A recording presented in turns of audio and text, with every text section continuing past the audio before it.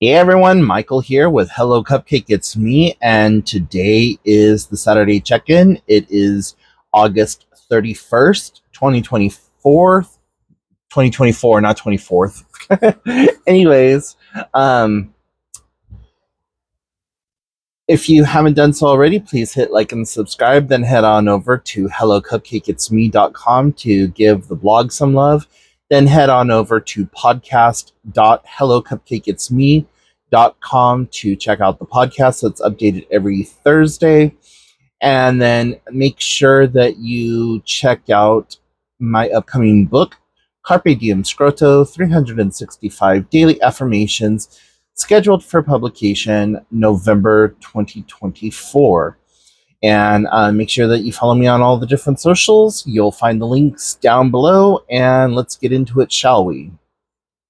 So, oh man, last night, was the comedy event for the Witches Walk, and we actually made a pretty damn good amount of money, and so it was like way more than what we had expected to make. Um, I was the cashier, and I was sitting there with my little witch's hat on, and cracking jokes with people because it's comedy event, so um, could be a little witty. Was a little rocky at first because we didn't have the credit card terminal that was supposed to be there, and I needed information on how to take those payments and all that other stuff. And we forgot to put that it was 21 and over. So there was a family that showed up with their disabled kid in a wheelchair, and I was like, fuck. Um, as I'll hold on just a moment. I know that it wasn't posted 21 and over, but I got to go talk to my boss before I can admit you because there is alcohol being served and it's kind of geared for 21 and over. And I said, that is 100% our fault. Please give me just a moment. And I ran and I was like, y'all, there's a family out here with their disabled kid in a wheelchair, like, and they're all like, yeah, let's go ahead and let them in. Just let them know, you know, that there is alcohol and that there is going to be some profanity and adult situations. I'm like, okay, cool. So let them go in.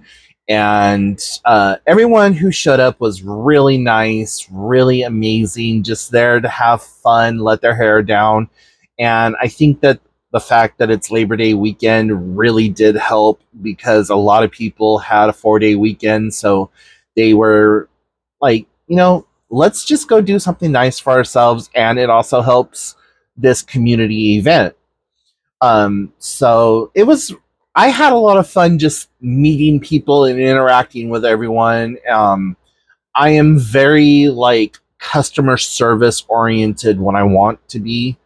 Um, like it's weird. I hate being told what to do, but I love customer service. I love secretarial work and stuff like that. So, anyways, that was really awesome. It was definitely a booster shot for me because what was it? Thursday, fucking you guys almost got a really shitty, really emotional me breaking down on camera video uploaded. I actually tried to upload it to Instagram a couple of times and it didn't go through. So I was like, you know what? That's the universe telling me not to upload this. So I'm not going to push it. But fuck, I was in a bad way. Uh, so my biological mother called me. My sister had her phone turned back on, and she called me, and she's like, "My hip hurts, and I'm in so much pain right now, and I'm on my way home from my eye doctor and all this other stuff." And I'm like, "Yeah, you just had major surgery done. You really needed to go into that facility just for the couple of weeks to get your mobility back. Like, I don't know what the hell the issue was. I know what the issue was.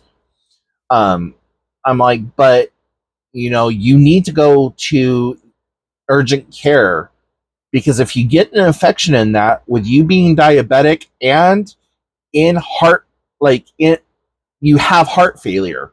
So being diabetic and having heart failure, you're prone to all kinds of infections. And if you get an infection in that leg, not only could it kill you, but if it doesn't kill you, you stand a good chance to lose your fucking leg. And you don't want them to start cutting parts off of you. Like, just stop. And then I hear the unmistakable sound of her actively snorting lines with me on the fucking phone.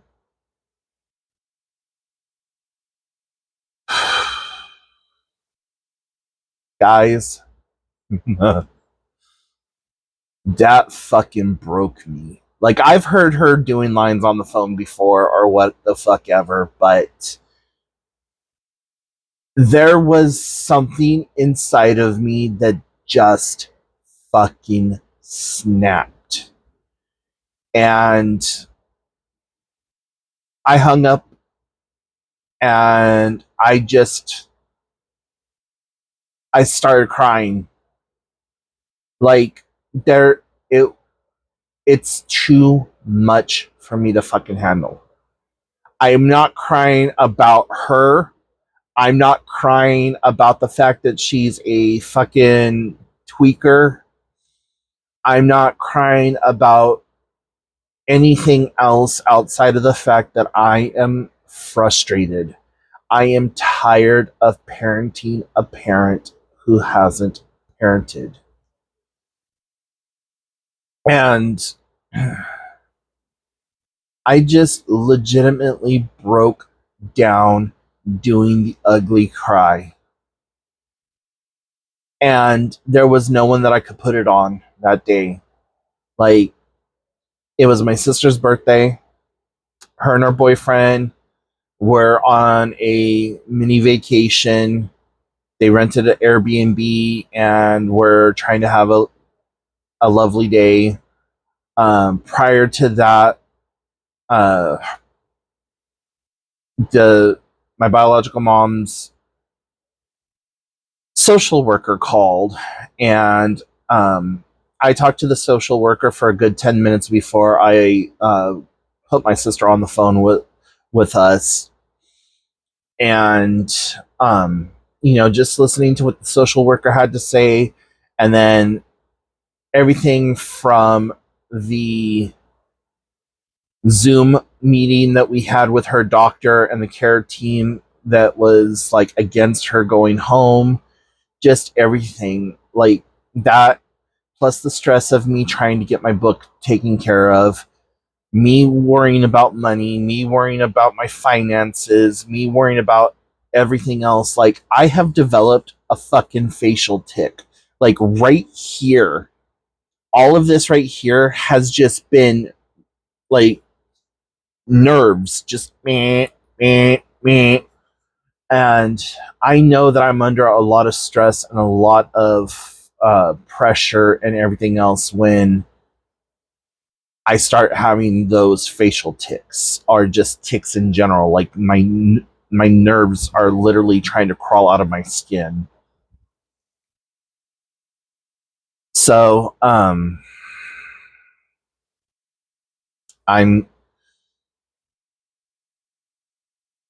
saving you from that video. I'm actually gonna delete it. But it it was bad, and I just needed to get it off of my chest. Like, I don't know if you've ever dealt with anyone who's been in active addiction or if you've ever dealt with a family member or whatever who's been a drug addict, alcoholic, what the hell ever. But there are very specific times in my life that this woman has negatively impacted me. 8, 15, 25, 43. 8 years old when she divorced my father and took me away from everything that I knew and placed me in a whole brand new town that I knew nothing about, didn't know anyone there. And the only person that I knew was my aunt and my cousin. Um, Everyone else was just kind of new and introduced to me, and that's where I spent most of my formative years from the age of 8 to 15. 15 was right around the time that she decided that um, she needed to upheave my life and everyone's life at that point again. And decided that she was going to start dating a drug dealer. I knew this drug dealer for years because that's the life that I was kind of thrown into, was being around my older cousin who was a drug user, drug dealer, and drug manufacturer. All my friends were drug addicts, tweakers, and doing shit that no kid should be exposed to, doing shit that no kid should have knowledge of. How I didn't turn out to be a hardcore fucking drug addict, alcoholic myself is really fascinating to me, because my dad was a hardcore drug addict and alcoholic until I was about 13. And at 43, my biological mother, at 73, going to be 74 in a couple of days, is still a fucking tweaker and has only been clean from 1991 to 1996. Yeah, maybe 97. So it was about 6 or 7 years that she was sober. That um and that's the only picture I have of her and me together, was from that time period when she divorced my dad and she was starting to put on weight and look healthy and good. But yeah, so 15, she told me that if I couldn't support her decision to be with this drug dealer, that I was a piece of shit. She hated me. She wished that I was dead. She never wanted me. The only reason she ever had me was because she didn't have any other options. Because my dad wanted her to have a baby with him, or he was going to kick her out. Yeah, good mother material, right? 25 was, I was literally dying in the hospital. And I was in ICU triage before they moved me up to ICU level 3. They had me in triage. They were afraid to move me because I was medically fragile at that point, and they were not sure if I was going to live. And I remember hearing bits and pieces of conversation between the doctors and the nurses and the family members that did show up. My dad, my mom, my sister, my 2 aunts, and my uncle, and my grandmother all came to see me. My friend, who now lives in Las Vegas, came to see me. And I think there was like 1 or 2 other people who came to see me that I can't really remember now, but I know that basically they called my family in and said, this is serious enough that y'all need to be here.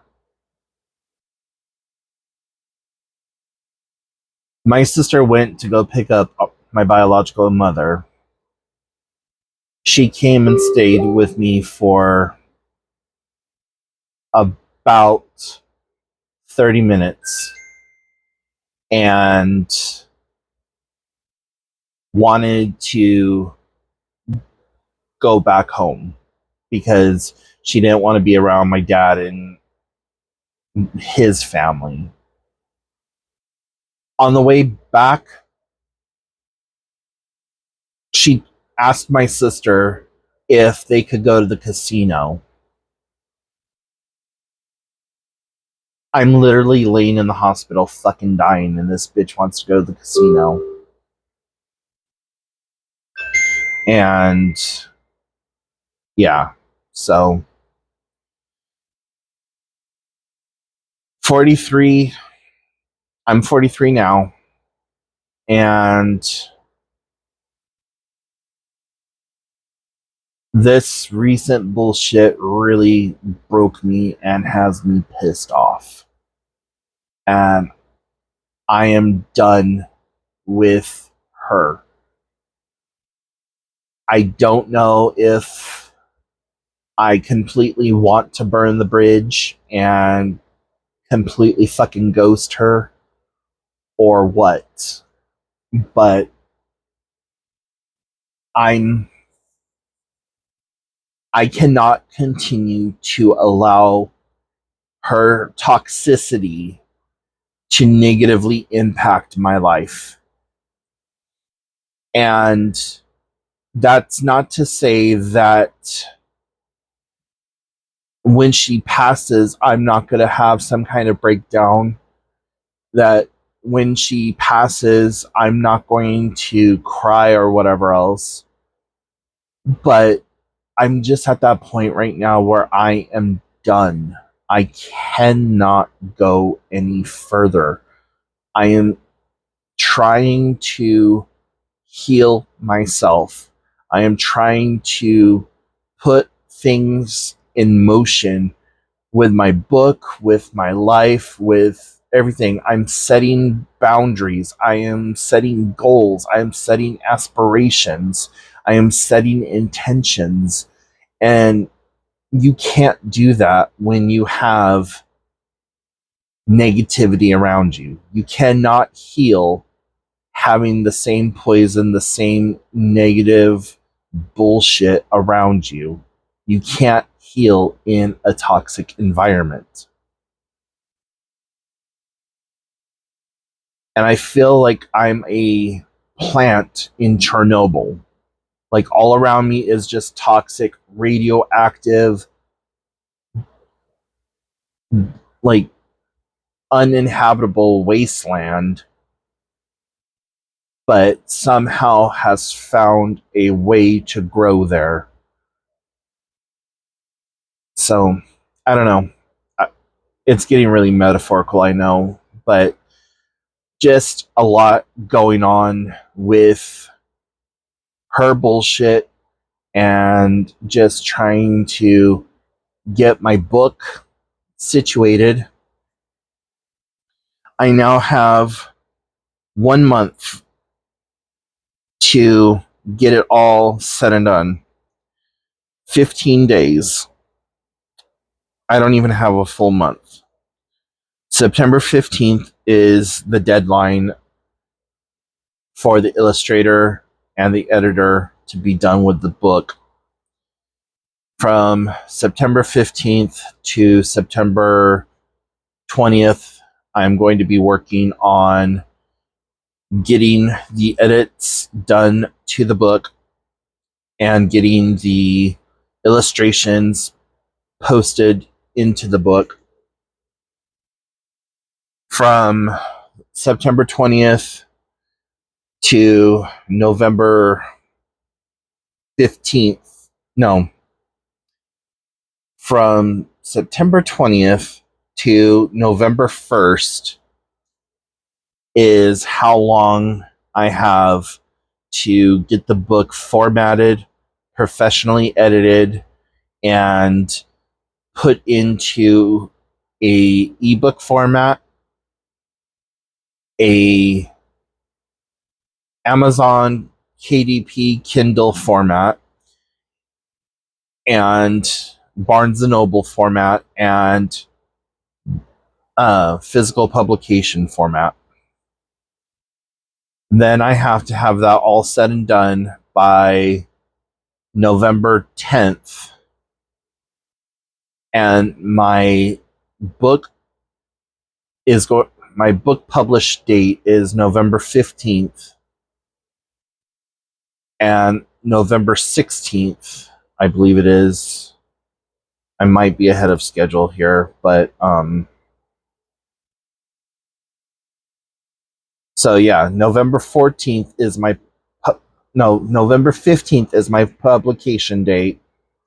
November 16th is my book release party. So yeah, I got all of that weighing very heavily on my shoulders right now. I have just enough money to cover my ISBN numbers and to cover the final editor and formatter. And then I am at the mercy of the gods at that point. So I'm trying to stay positive. I'm trying to stay focused on just the good. And I'm trying not to let any negative come into my life. I'm trying not to allow anything to take away from that peace. So if you are in a position to help out and would like to donate to the book, that would be amazing. You can go to the website www.cdsthebook.com, and there's information on how to support the book, or you can shoot me an email directly, hellocupcakeitsme@gmail.com. It doesn't matter if it's $5 or $500. Every little bit helps. And, you know, I have it broken down into tiers on the website, like what your donation gets you. And, everyone who helps me is definitely going to get a shout out in the book, in the social media, and everything else. So, whatever. But anyways, guys, I am going to go ahead and let you go so you can get on with your Saturday and I can get on with mine. I have no idea what I'm doing today. But whatever it is, I know that it's going to be a great day because I didn't wake up looking at roots. So, thank you guys for watching along. And I really do appreciate you. Make sure that you check out the links down below. Also, one last thing, there is a new link at the very top of the show notes down below for this thing called Fetch.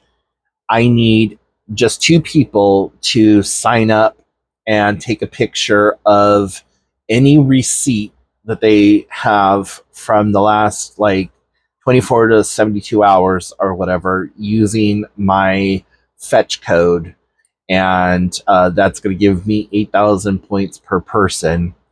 And that's all you ever have to do if you never want to use the program again after that. But